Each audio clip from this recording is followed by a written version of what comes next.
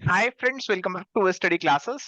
तो इस सीरीज में आपको मिलवा रहे हैं नेट 2022 के टॉपर से। और आज हमारे साथ जुड़ी हैं कृति मिश्रा जी। बनारस से बिलोंग करती हैं। इन्होंने एमकॉम भी किया है, बीएड भी किया है। काफी सारी अकम्पलिशमेंट्स हैं इनके नाम में। और अभी इस बार के एग्जामिनेशन के अंदर इन्होंने अपना जो जेआरएफ का गोल है उसे भी अकम्पलिश कर लिया है। सबसे पहले तो लेट मी कॉन्ग्रेचुलेट कृति मिश्रा। बहुत अच्छा लग रहा है आपके साथ आज थैंक जुड़कर, यू और आपकी सर। जो सक्सेस स्टोरी है वो उसको जानेंगे, बाकियों के साथ शेयर करेंगे। तो आई एम होपफुल कि सबको बहुत यूजफुल आज कुछ टिप्स मिलने वाली है। तो कृति जी, आपने कब से डिसाइड किया था कि आप इस एग्जामिनेशन के लिए प्रिपेयर करना चाहेंगी? सर मैंने अपना एमकॉम 2019 में कंप्लीट किया था, तो 2019 जो मेरा लास्ट ईयर था उसी टाइम मैंने सर डिसाइड किया था कि मुझे इस बार जेआरएफ देना है। But okay. उस ओके। अटेम्प्ट में मेरा ऑब्वियसली निकला नहीं। हम्म। उस अटेम्प्ट में हम्म। मेरा सिर्फ नेट निकला था। एंड उसके ओके। बाद मैं लगातार ट्राई कर रही थी। Okay. And in the mean time आप अपनी जो बाकी चीजें थी जैसे बीएड वगैरह उसे भी कंटिन्यू कर रहे थे? यस सर, मैंने उसी बीच में मैंने बीएड किया। एंड अभी राइट नाउ मैं कॉलेज में पढ़ा रही हूँ, एंड उसके साथ में मैंने फिर यहाँ जेआरएफ के लिए प्रिपरेशन की। ओके। ओके। अभी कृति जी मेरे को बता रहे थे कि this was her fourth attempt जिसमें उन्होंने जेआरएफ निकाले। पहले 3 अटेम्प्ट में वो नेट क्वालिफाई कर रही थी, बट जेआरएफ तक नहीं पहुंच पा रही थी।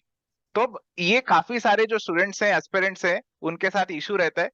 कई बार ऐसा होता है कि नेट क्लियर हो गया, दूसरी बार भी, तीसरी बार भी।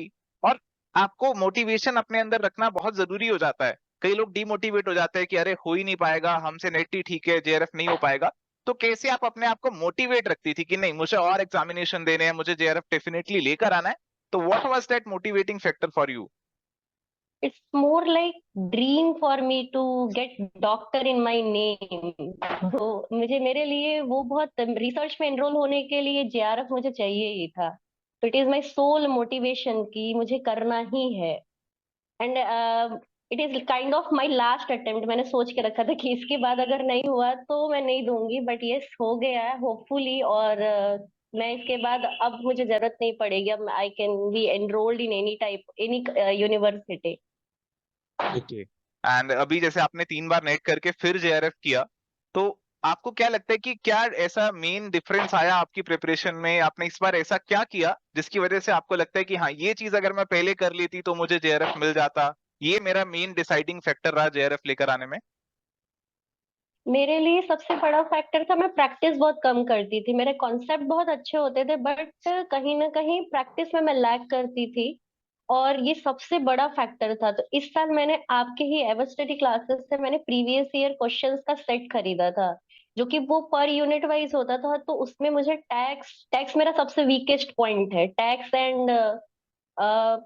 And economics. तो ये दोनों मेरा आपके प्रीवियस के पेपर से मुझे बहुत हेल्प मिली। उसकी वजह से मेरा बहुत इम्प्रूव हुआ इस बार, क्योंकि क्वेश्चन बहुत चेंज होके आता था और वो मुझे पता चला क्योंकि पेपर मैंने स्टडी किया इसलिए। ओके। प्रैक्टिस जो है वो मेन डिसाइडिंग फैक्टर हम कह सकते हैं। तो आपने मॉक यस, टेस्ट वगैरह भी लगाए, कितना भी, ये सब चीजों पे वर्क किया? हाँ, हम्म।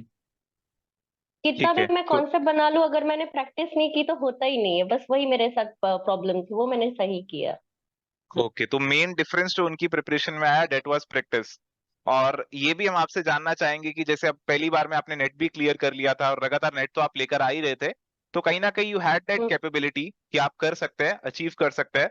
तो कितने आवर्स की प्रिपरेशन आपको लगता है कि एक सीरियस एस्पिरेंट को करनी चाहिए, और आपने कितनी करी थी अगर किसी को नेट या जेआरएफ के लिए ट्राई करना है?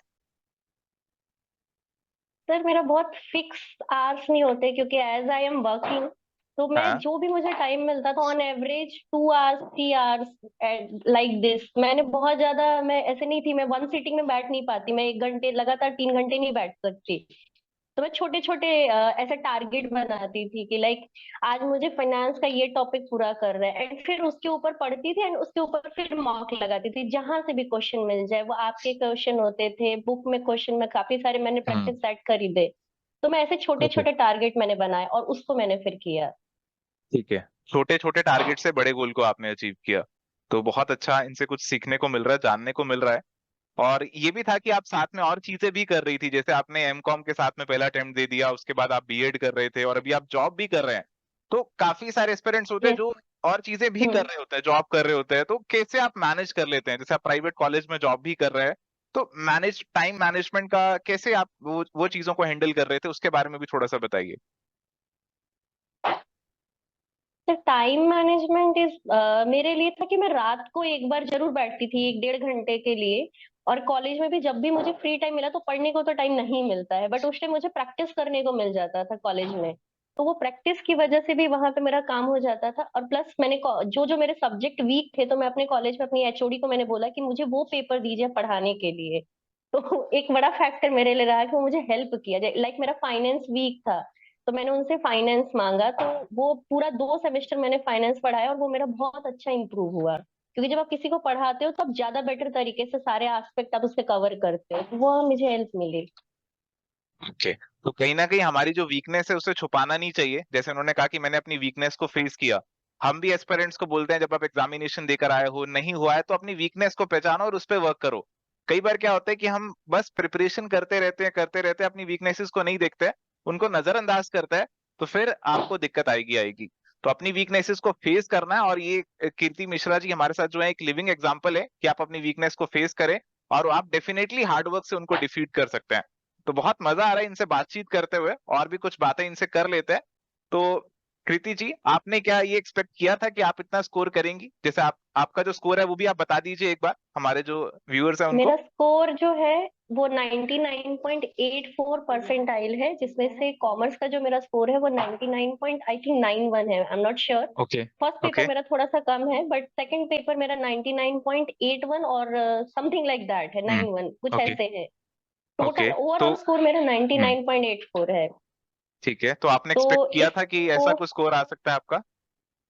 एक्चुअली नहीं, मुझे लगा, जब मैंने पेपर दिया था, तो मुझे लगा था पेपर बहुत इजी आया है।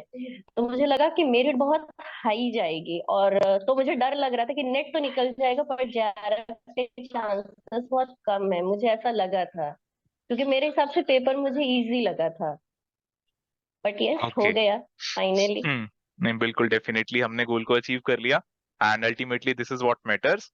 और इसके अलावा अब आप अपने फ्यूचर प्लान्स क्या है? फ्यूचर में जैसे आप बता रहे थे डॉक्टर लगाना चाहते हैं, तो अभी तो आप टीच कर रहे हैं, तो यस फ्यूचर में सर। फ्यूचर में पीएचडी यस के लिए सर, जाना मैं इस चाहेंगे? बार, हाँ सर, क्योंकि पीएचडी के लिए मुझे, मैं बहुत, मेरी मदर का ये सपना है कि मेरे नाम के आगे डॉक्टर लगे, तो मैं पीएचडी में एनरोल होना चाहती हूँ। एंड इसके ठीक है। साथ ही साथ मैं अभी हायर यूपीएचसीएससी के लिए भी फॉर्म डाला है, और उसमें भी डलने हम्म। वाली हूँ। ओके। ओके, चलिए, बहुत अच्छा लग रहा है आपसे बातचीत करते हुए। और यहाँ पे मैं इनसे ये भी जानना चाहूंगा कि कुछ ऐसा गोल्डन कोई एडवाइस, कुछ ऐसा एडवाइस जो कि आप फ्यूचर एस्पिरेंट्स को देना चाहते हैं, जो इस एग्जामिनेशन की तैयारी कर रहे हैं, कि ये चीज पे आपको जरूर फोकस करना चाहिए, इसके बिना आपका एग्जाम नहीं पास होगा। ऐसा कुछ अगर आपको लगता है तो आप शेयर कर सकते हैं। तो जैसा कि आपने कहा ना कि आपको अपनी वीकनेस पे काम करना होगा, तो अपनी वीकनेसेस को फेस करिए। मेरे लिए मेरी सबसे बड़ी वीकनेस थी फाइनेंस एंड टैक्स। टैक्स में मैं अभी भी, मुझे लगता है कि मैं ओवरकम नहीं कर पाई हूँ। मैं हायर के एग्जाम तक मैं आई थिंक मैं कर लूंगी, बट अपनी वीकनेसेस पे काम करिए। And it's not about working hour कि आप कितने घंटे बैठ के पढ़ते हो, इट्स मोर अबाउट कि आप कितना अच्छे से पढ़ते हो। मैं, क्योंकि मैं बहुत लंबे आवर्स मैं भी नहीं पढ़ी हूँ। आप अपनी होप मत खोइए, और जो भी आप कर रहे हैं बहुत मन से करिए। इट्स नॉट कि दिखाने के लिए 1 घंटा 2 घंटा बैठ गए। ये मेरे लिए यही रहेगा। ठीक है, तो क्वालिटी जो है वो मोर इंपॉर्टेंट है, और अपनी वीकनेसेस को फेस करना है, ये एडवाइस हमें यहाँ पे मिल रही है। और बहुत अच्छा लगा इनसे बातचीत करते हुए। हम कृति को ऑल द बेस्ट विश करते हैं इनके फ्यूचर एंडेवर्स के लिए। थैंक अपने यू। मदर का और अपना ड्रीम आप डेफिनेटली अचीव कर लें। तो कृति जी, बहुत अच्छा लगा आपसे बातचीत करके, और उम्मीद करते हैं कि जो हमारे एस्पिरेंट्स हैं उनको कुछ जरूर बेनिफिट मिलेगा इस डिस्कशन से। तो यहाँ पे इस डिस्कशन को एंड करते हैं। तो guys, this is it for today. Keep watching ever study classes. Bye, take care, all the best. Thank you sir.